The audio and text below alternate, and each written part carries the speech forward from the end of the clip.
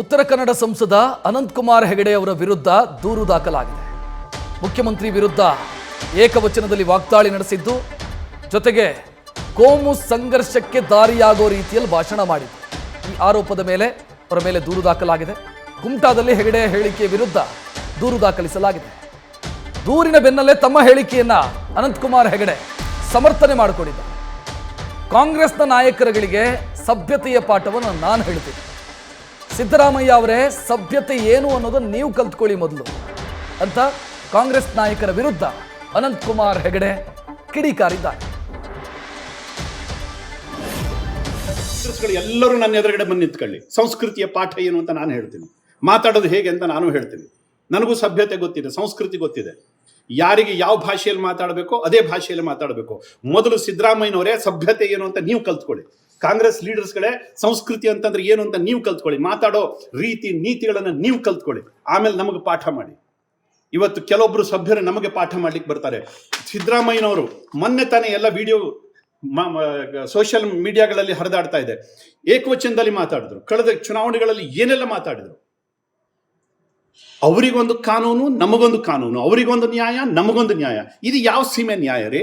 ನಮಗದೆಲ್ಲ ಗೊತ್ತಿಲ್ಲ. ನಾವು ನಮ್ಮ ನಾಯಕತ್ವವನ್ನು ಪ್ರೀತಿ ಮಾಡ್ತಕ್ಕಂಥ ಜನ, ಅದಕ್ಕಿಂತ ಹೆಚ್ಚು ನಮ್ಮ ಧರ್ಮವನ್ನು ಪ್ರೀತಿ ಮಾಡ್ತಕ್ಕಂಥ ಜನ. ಇವತ್ತು ಅಯೋಧ್ಯೆ ರಾಮ ಮಂದಿರದ ಬಗ್ಗೆ ಏನೆಲ್ಲ ಅವಹೇಳನಕಾರಿ ಮಾತುಗಳನ್ನು ಹೇಳಿದ್ರು. ಎಷ್ಟು ಕೀಳಾಗಿ ಹಿಂದೂ ಸಮಾಜವನ್ನು ಕಂಡ್ರು. ಅಂದ್ರೆ ಹಿಂದೂ ಸಮಾಜ ಅಂತಂದ್ರೆ ಇದೊಂದು ಬೇವರ್ಸಿ ಸಮಾಜನ ಇದು? ಇವ್ರ ಸಮಾಜದ ಜನಗಳಿಗೆ ಓಟೇ ಇಲ್ವಾ? ಅಲ್ಲಿರ್ತಕ್ಕಂಥ 15%, 20% ಜನರು ಓಟಿಗೋಸ್ಕರ ಇಷ್ಟೆಲ್ಲ ಜೊಲು ಸುರಿಸ್ತಾರೆ.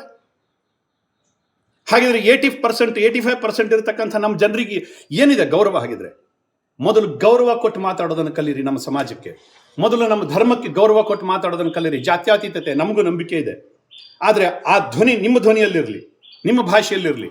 ಹಿಂದೂಗಳಿಗೆ ಒಂದು ರೀತಿ ಪದ್ಧತಿ, ಮುಸಲ್ಮಾನರಿಗೆ ಒಂದು ರೀತಿ ಪದ್ಧತಿ. ಇದು ಯಾವ ಸೀಮೆ ನ್ಯಾಯ ರೀ? ದಯವಿಟ್ಟು ಸಭ್ಯತೆಯನ್ನು ನೀವು ಕಲೀರಿ, ಸಂಸ್ಕೃತಿಯನ್ನು ನೀವು ಕಲೀರಿ. ಆಮೇಲೆ ನಮಗೆ ಪಾಠ ಮಾಡ್ಲಿಕ್ಕೆ ಬನ್ನಿ. ನಮ್ಮ ಧ್ವನಿ ಇದೇನೆ. ನೀವು ಹೇಳಿದ್ದು ಏಕವಚನದಲ್ಲಿ ಮಾತಾಡಿಸಿದ್ದು ಸರಿ ಅಂತಾದ್ರೆ ನಾನು ಮಾತಾಡಿದ್ದು ಸರಿ. ಯಾರು ನನ್ನನ್ನು ಒಪ್ಕೊಂತಾರೋ ಬಿಡ್ತಾರೋ ಗೊತ್ತಿಲ್ಲ. ದೇವರು ಒಪ್ತಾನೆ.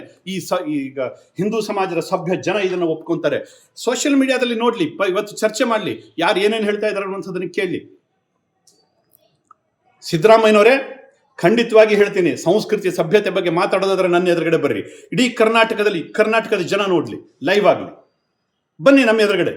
ಅದಿಲ್ಲ ಅಂತಂದ್ರೆ ಸಂಸ್ಕೃತಿ ಸಭ್ಯತೆ ಬಗ್ಗೆ ಮಾತಾಡೋದನ್ನು ಬಿಡಿ. ಯಾಕೆಂದ್ರೆ ಅದರ ಅರ್ಥನೇ ಗೊತ್ತಿಲ್ಲದೆ ಇರತಕ್ಕಂಥ ಜನ ನೀವು ಸಿದ್ದರಾಮಯ್ಯನವರೇ. ಕಾಂಗ್ರೆಸ್ ಬಗ್ಗೆ ನಾನು ಹೇಳೋದಿಲ್ಲ. ಅನೇಕ ರಾಮ ಭಕ್ತರು ಅಲ್ಲೂ ಇದ್ದಾರೆ. ತುಂಬಾ ಜನ ಪ್ರಾಮಾಣಿಕವಾಗಿ ಇವತ್ತು ಕೂಡ ಸೇವೆ ಸಲ್ಲಿಸ್ತಾ ಇದ್ದಾರೆ. ಆದರೆ ಸಿದ್ದರಾಮಯ್ಯನಂತಹ ಧರ್ಮಲಂಡರ್ ಬಗ್ಗೆ ನಾನು ಹೇಳ್ತಾ ಇದ್ದೀನಿ. ನ್ಯೂಸ್ ಫಸ್ಟ್, ನಿರ್ಭೀತಿಯಿಂದ ನಿಮ್ಮ ಪರವಾಗಿ.